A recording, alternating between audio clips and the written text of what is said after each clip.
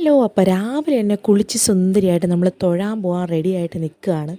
അങ്ങനെ കുറച്ച് 4-5 അമ്പലത്തിൽ പോകണം. അങ്ങനെ ഞാൻ ഓർത്ത് വണ്ടിയിൽ പോവാം, അപ്പോഴെനിക്ക് പെട്ടെന്ന് കവർ ചെയ്യാൻ പറ്റുള്ളൂ. അങ്ങനെ നമ്മൾ ആദ്യം തന്നെ പോയത് തിരുവഞ്ചൂർ മുരുകൻ്റെ അമ്പലത്തിലാണ്.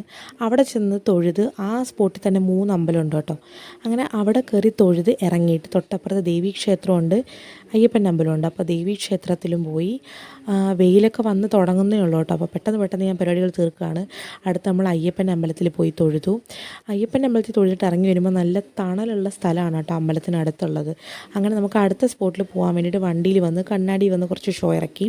അടുത്ത സ്പോട്ട് എന്ന് പറഞ്ഞാൽ ചാലയ്ക്ക് കൃഷ്ണൻ്റെ അമ്പലത്തിലായിരുന്നു. അവിടെയും വന്ന് തൊഴുതിറങ്ങി ചന്ദനമൊക്കെ തൊട്ട് അപ്പോൾ നമുക്ക് അവസാനത്തെ പേരൂർക്കാവിൽ അമ്മയുടെ അടുത്തൂടെ പോകണം. അങ്ങനെ പേരൂർക്കാവ് അമ്പലത്തിലും കൂടെ വന്ന് തൊഴുതിട്ട് ഞാൻ നേരെ വീട്ടിൽ പോയി. അപ്പോൾ ഒന്നും കഴിക്കാതെ പോയിട്ട് നല്ല വിശപ്പുണ്ടായിരുന്നു. ദോശയും ചമ്മന്തിയൊക്കെ കഴിച്ച് അതിൻ്റെ കൂട്ടത്തിൽ തന്നെ ഞാൻ സാമ്പാർ ഉണ്ടാക്കുമായിരുന്നു. അങ്ങനെ സാമ്പാർ ഉണ്ടാക്കി ഫൈനലായിട്ട് തിളപ്പിച്ചുകൊണ്ടിരിക്കുകയാണ്. അതിൻ്റെ തൊട്ടപ്പുറത്ത് നമ്മൾ മീൻ വറക്കുന്നുണ്ടായിരുന്നു. മണങ്ങ് മീനായിരുന്നു.